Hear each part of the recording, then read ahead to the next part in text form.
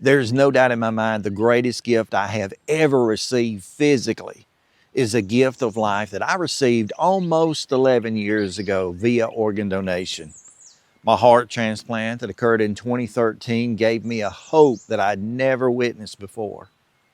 I think about the word hope, H-O-P-E, and I think about it in its most basest form. If you were to define the word hope, you would have to define it as being that of desire coupled with expectation. You see, hope is really that. It is desire meeting with expectation. Now, the reason I define it that way is because many times the way that we use the word hope in the English language, the way we often use it at least, is we think about it as desire, as in, well, I desire that, I want that, I dream of that, maybe, might, someday I might get that.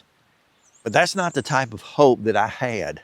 The type of hope that I had not only had that desire, that will, that want, but it also had that expectation coupled with it.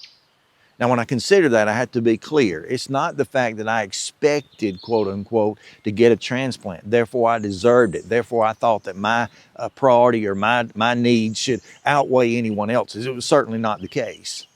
But I did have enough faith, not only in my God, but also in the system under which we are allotted organs, that one day that opportunity would come. And it most certainly did. Now, further than that, when I think about the word hope, I kind of use it as my key word to remember certain things throughout the day. So I want to share that pattern with you.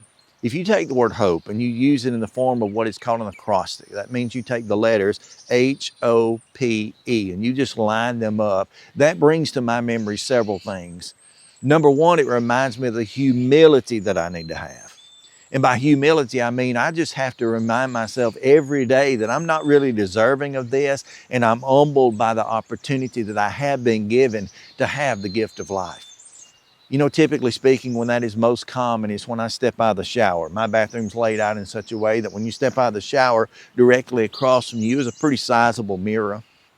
And it's many times when I step out of the shower and I see that scar on my chest and I'm reminded, yeah, Jim, you did receive the gift of life. Yes, this was a wonderful thing. And what kind of settles me down and brings me back is when I realize in light of that, you know, maybe that hadn't been on my mind all day.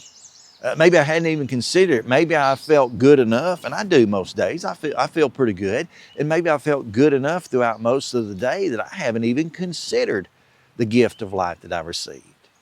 But seeing that scar, that humbles me, that brings that level of humility on me, that reminds me what a wonderful thing this is and how blessed I am to have received it.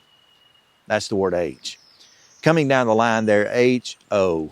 I think about the word O, and it connects to only one word for me in my mind, and that is the word opportunity. I can't tell you the number of things that I've been a part of, been able to witness in my life as a direct result of organ donation. For example, one of the first memories I have after receiving my organ, as far as major things that happened in life, is I had the opportunity to adopt 3 children, 3 little girls we adopted pretty much from birth. That was nothing that was possible prior to having my heart transplant. Why, at that point, I was deemed unfit because I was not healthy. I was very sick. I was dying. So there's no way I was going to be allowed to assist or adopt anybody else. And we had the children that we did by birth, and that was a blessing, but we weren't able to extend our family beyond those borders. That opportunity came as a result. I think about the next opportunity that I'm mindful of in my life, and that was when I witnessed my daughter graduating high school. That was something that we had just assumed I would never be able to see because at that point I'd lived in stage 4 heart failure for a number of years. I had declined slowly over time, and it was something that I did not expect, something I didn't deem possible. Fast forward a few years, and a few years ago from this point, I was able not only to be at my daughter's wedding, not only able to walk her down the aisle, but after walking her down the aisle, turned and actually married them, brought their vows before them. That was a wonderful blessing. And if the Lord wills that I should live a few more months, I would go on to witness my son, my next child in line, graduate high school. I've already been able to witness him playing his senior year of football and basketball, and he did great. And I was so proud to be able to see that. And those are the opportunities that have been provided by organ donation. So we have the H, humility. We have the O, opportunity. Then we have the P. What does P stand for in my life? The P stands for power. And I mean by that a type of power that I've been able to receive that's more in line with the word energy, I guess you would say. You see, prior to my heart transplant, I didn't have the energy to do anything. Most days I slept 16 or 18 hours a day. If I were to go and take a shower and sometimes even brush my teeth, that would take all the wind out of me. Sometimes I would just have to go take a nap just from doing those two things. If I ever ate a meal, which rarely I did early in the day, because if I ever ate a meal, just the process of digesting itself would completely wipe me out. So some days if I had anything at all to do, I wouldn't eat breakfast or lunch. And if I ate lunch at all, I'd eat it very late because I had to accomplish what I could prior to that because I didn't have the energy. Coming out of transplant, however, I had power. I had energy.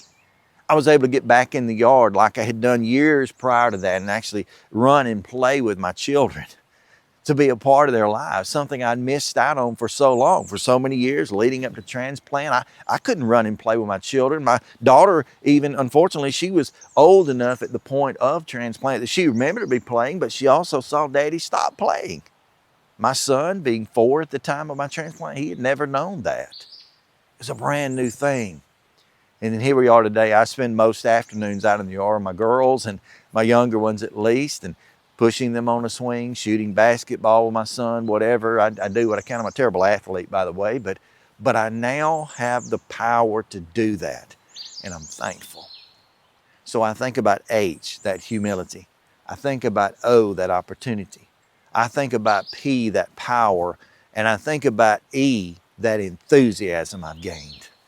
You know, it is because of the gift of life, and particularly because of my donor and the wonderful gift that he, Dickie is his name, gave, along with his family, his mother, Miss Louise, his sisters, whom I love and have a great relationship with. I want to live for my donor.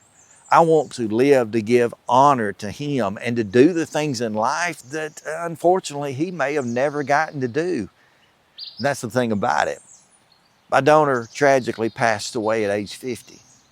I'll be 49 coming up in a couple of weeks, and it's my goal in life, if I can do nothing else, than to make it to 50 and hopefully, prayerfully, through the gift of God beyond that, to carry on the things that he was never able to accomplish.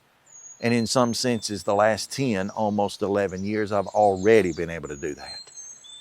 I'm enthused about organ donation. So why do I appreciate my organ donation as much as I do? Because mine, like yours and others, countless others who are waiting, that's an opportunity for them to find hope. H-O-P-E, hope. Thank you for joining me today, and until next time, stay stronger, my friend.